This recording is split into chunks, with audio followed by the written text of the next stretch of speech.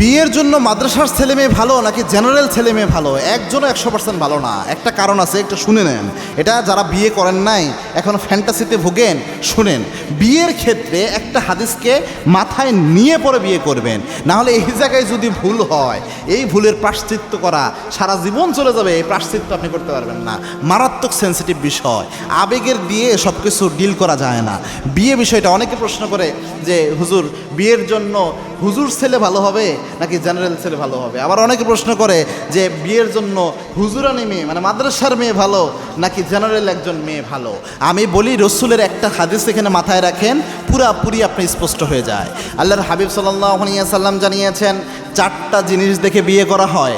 1 number হচ্ছে বংশ দেখে বিয়ে করা হয়, 2 নাম্বার হচ্ছে সৌন্দর্য দেখে বিয়ে করা হয়, 3 নাম্বার হচ্ছে সম্পদ দেখে বিয়ে করা হয়, 4 নাম্বার হচ্ছে তার তাকওয়া দেখে বিয়ে করা হয়।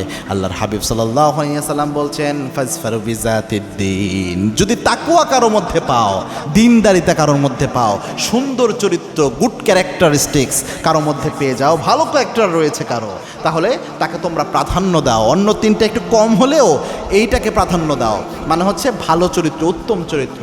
বর্তমান বাংলাদেশে যে বিয়েগুলো হয় সমাজ ব্যবস্থায়, বেশিরভাগ বিয়ে হয় টাকার বস্তার সাথে ময়দার বস্তার। এটা কেন বললাম? ছেলেরা দেখে কত সুন্দরী, কত পার্লারিং টার্লারিং করলে এক একটা ময়দার বস্তার মতো অবস্থা, এটা দেখে। শুধু সুন্দরী পাইলেই হয়, চরিত্রের কী অবস্থা দেখার দরকার নাই।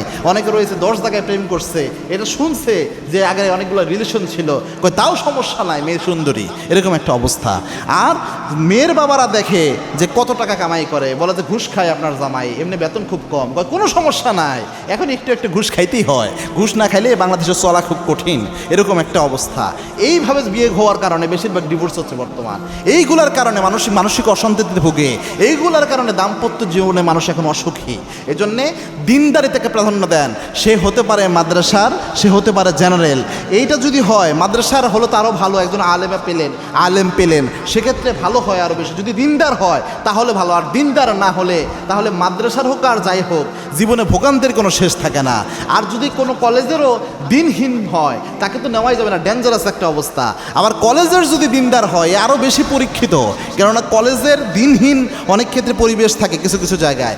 এই পরিবেশেও যে ব্যক্তি দিনদার, এই ব্যক্তি অরিজিনাল দিনদার, তখন বোঝা যায় না এ আসলেই দিন প্র্যাকটিস করে, অনেক ক্ষেত্রেই বোঝা যায়। তো সেক্ষেত্রে এইভাবে আপনি জেনারেলাইজ করতে পারবেন না যে কলেজের মেয়েরা খারাপ, মাদ্রাসার মেয়েরা ভালো, মাদ্রাসার মেয়েরা খারাপ, কলেজের মেয়েরা ভালো। এইভাবে জেনারেলাইজ করা এটা কখনোই ঠিক না। পারলে এটা একটা জাতির উপর পুরো সবাইকে যখন একভাবে এক পাল্লায় মাপবেন, একটা জুলুম হয়ে যায়।